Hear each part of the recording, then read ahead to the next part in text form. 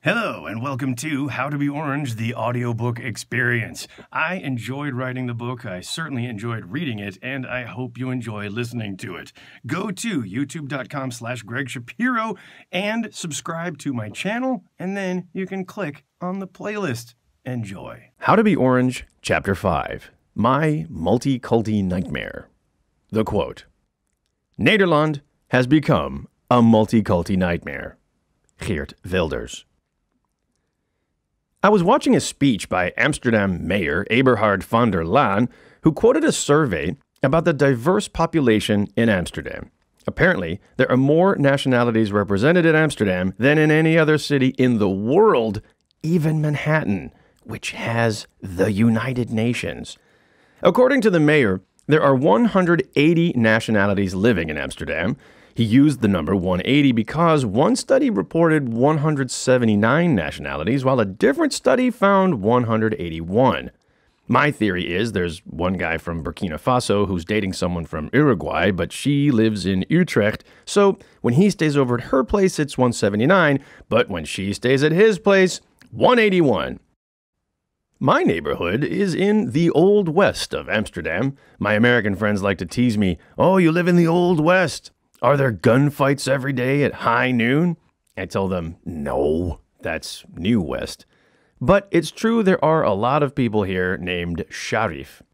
On my street, I see both headscarves and white-haired Dutch retirees. I see Muslim women wearing the hijab, and I see Dutch women wearing the rain scarf.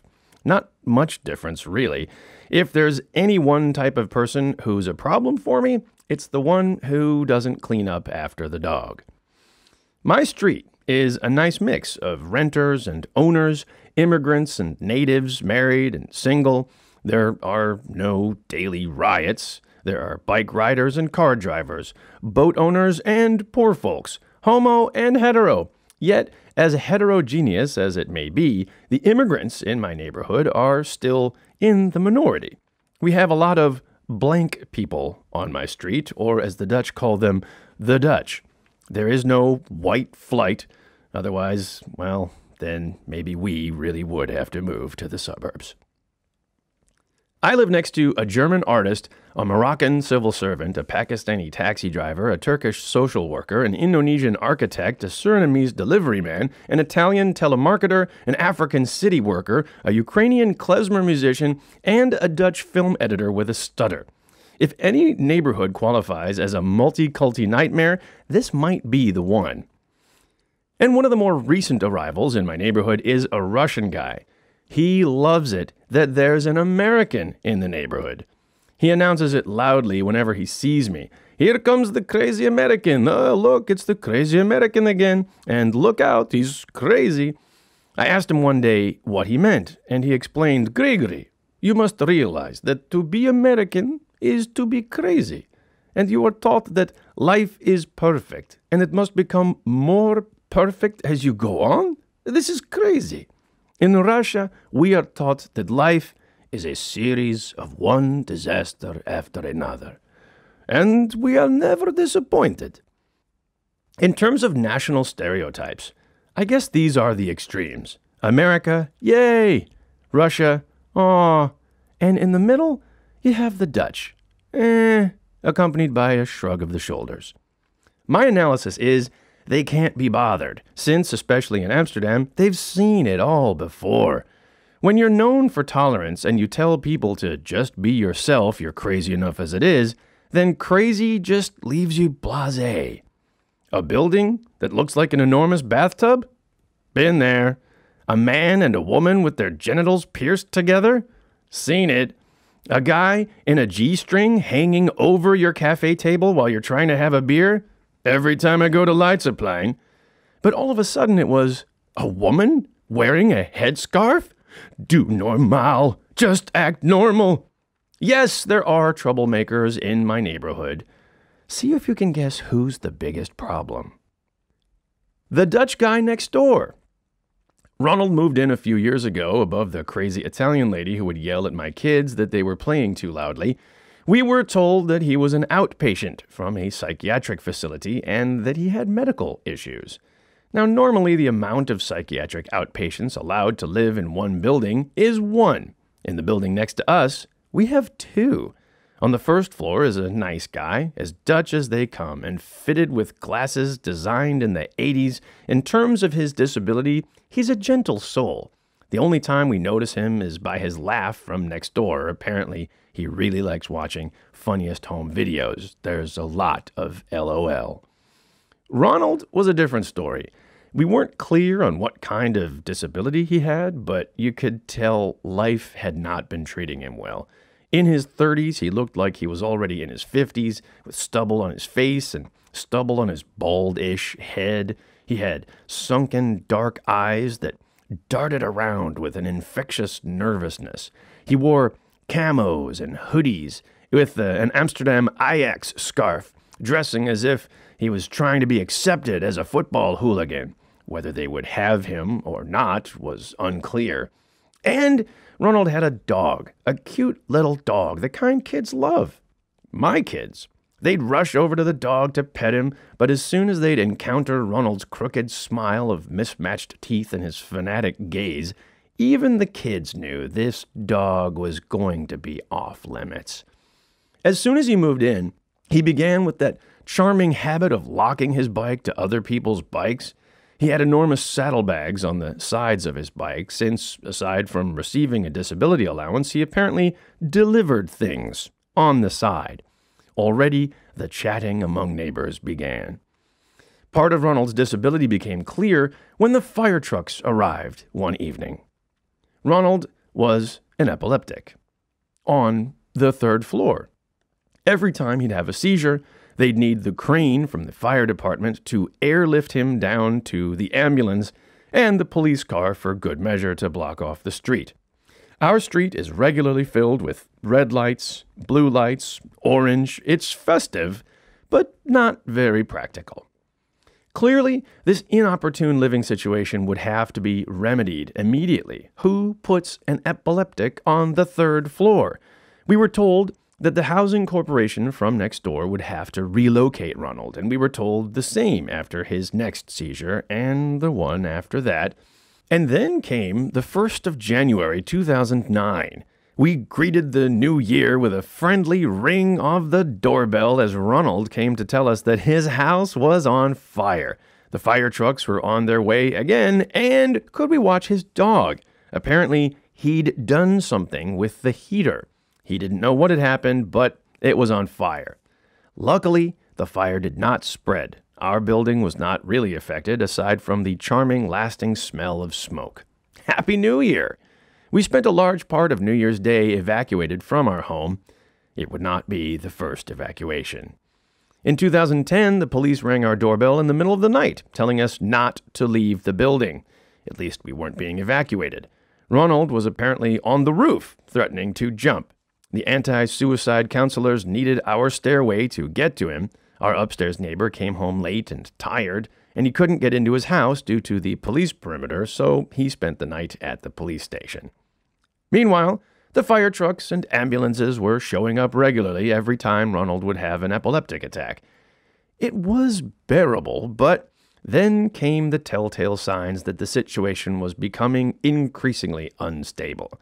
We'd noticed the cigarette butts in our garden for a while. No one in our building smokes, and we had a pretty good idea they were coming from next door. Then came larger objects, beer cans, failed carpentry projects, broken glass jars, and it was worse for the guy who lived on the ground floor directly under Ronald. He reported that dog poop was being tossed into his garden, as well as more disgusting items. Then came the growing flow of people ringing our doorbell, looking for Ronald. At first, it was students. They'd heard of someone who was renting out a 4th floor apartment next door. Of course, it's illegal to use the 4th floor storage area as living space, and it's certainly illegal to rent it out when you're renting yourself. But apparently Ronald wasn't really doing that. He was only advertising the space, taking people's security deposits, and then not answering the door. At the time, we didn't know what was causing these people to keep ringing our doorbell, but we did notice that they started getting weirder. Lost people hanging around on our stoop, asking, "Have you seen Ronald, the guy with the dog?" Apparently, Ronald had a drug habit as well, and he'd fallen behind in his payments. He also had a habit of paying for sex with some lovely transvestites who claimed that he had not paid them either. And did we have any money to cover for our neighbor? We told the kids not to give any money to anyone if they come to the door. In fact, we said just don't answer the door. And did I mention that Ronald was apparently HIV positive? We found out that Ronald was HIV positive the night he threatened to blow up the building. Apparently, the police were on to him. They'd been pressuring him, and one night he broke. First, he blockaded the door. Then he smashed his front window and yelled down that he had a knife. He was cutting himself with it, and if anyone tried to get in, he'd infect them with HIV. Still, the police didn't evacuate us just yet. We went to bed. It was after midnight when Ronald revealed that he'd opened up the gas valve and was now threatening to blow up the building. That was our cue. The policeman came to the door and asked us to please come out of the house immediately, do not get dressed, grab a coat, come out of the house immediately. We spent the night in our father-in-law's car, and we watched as an assault team assembled on the street, went in, and brought him out. They did their job. No one was infected with HIV, and the only question for us was, what would happen to his dog? The neighbor on the first floor watched the dog. The police later came to our door and explained what had been going on. Ronald remained in custody until he could receive a psychiatric evaluation, and apparently he passed, since he was back in his apartment the next week. Next, the police came into our living room. They asked to hold a neighborhood meeting about Ronald, and it was explained to us that it's extremely difficult to get someone committed to a psychiatric facility, even if this someone has a large file already. At least it was nice to get a bunch of us multi-culti neighbors together, and we agreed. The multi-culti part is not really the problem in our neighborhood. The German artist and his plants.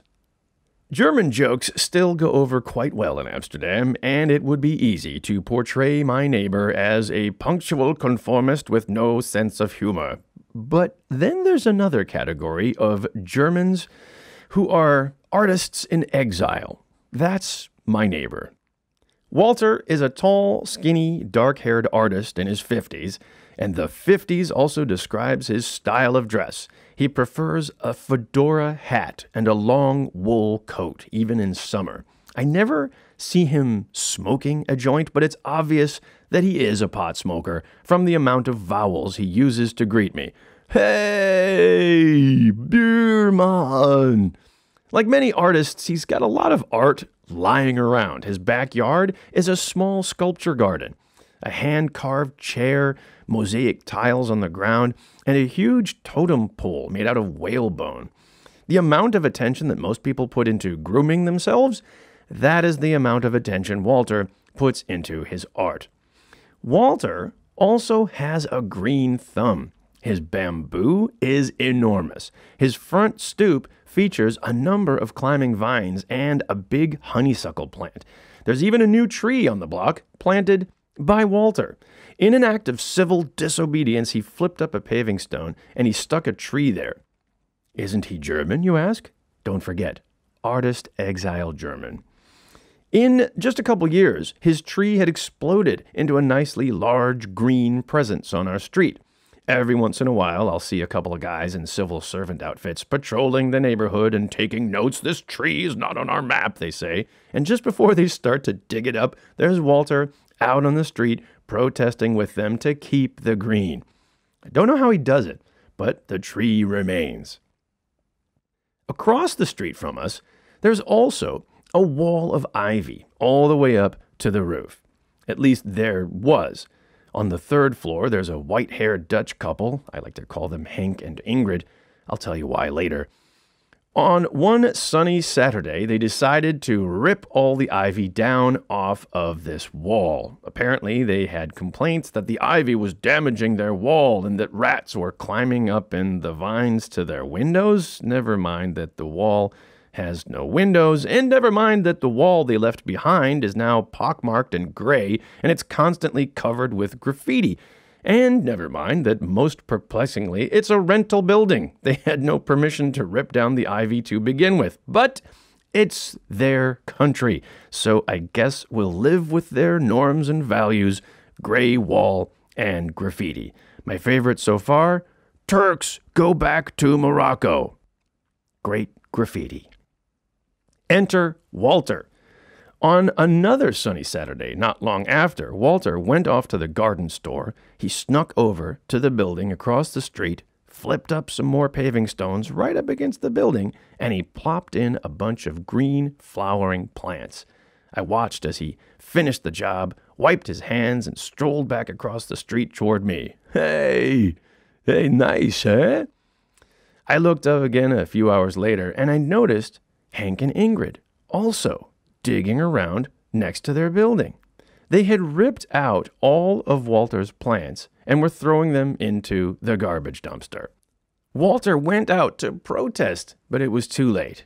Hank and Ingrid replaced the paving stones exactly as they were, recreating the perfectly straight lines. So it's easy to make fun of Germans, but who's being the Nazi here? The Pakistani taxi driver and his wife and kid. They live in the apartment next to us. The three of them are squashed into 2 rooms. Of course, the husband isn't around a lot. He works long hours, and we never see him. They speak Urdu to each other. To us, they speak Dutch. Her Dutch is coming along, almost as bad as mine. She's a real neighbor. She's not afraid to ring the doorbell with her headscarf on and everything. And even when it's not a good moment, there she is with a bowl of chickpea soup, or a snack made with crushed pistachios, or a dessert involving sweet yogurt and honey and sesame. I tell her, come on in. For me, these dishes are uncharted territory. Not territory I'd recommend for everyone, and if they'd be on a menu, let's say I wouldn't order them from a menu. But they are certainly delicious to try, and we have to appreciate the generosity. Their generosity seemed inversely proportional to their income. I wondered aloud if it might be a good idea for us to return the favor to the neighbors. My wife and I cooked up the idea to cook up something typically Dutch. I decided on the traditional dish of witlof ham kaas. It's an oven dish featuring potatoes with Belgian endive covered with ham and cheese. It's easy to make, and that's why I like it. If you haven't spotted the inherent flaw in this plan, you are like I was. I brought my dish out of the oven and proudly touted it over to the neighbors, ringing the doorbell and offering my gift with gusto. My neighbor took one sniff at it and turned away in disgust. "Is that pork?" she cried. Yes, I'm the guy who brings a steaming hot dish full of ham into a Muslim woman's house as a gesture of thanks. In a previous life, I might have been the one offering blankets to Native Americans. Pardon the germs. If there is a problem in our neighborhood, perhaps the enemy is us. The good news is, in terms of Dutch culture, I guess I'm fitting right in.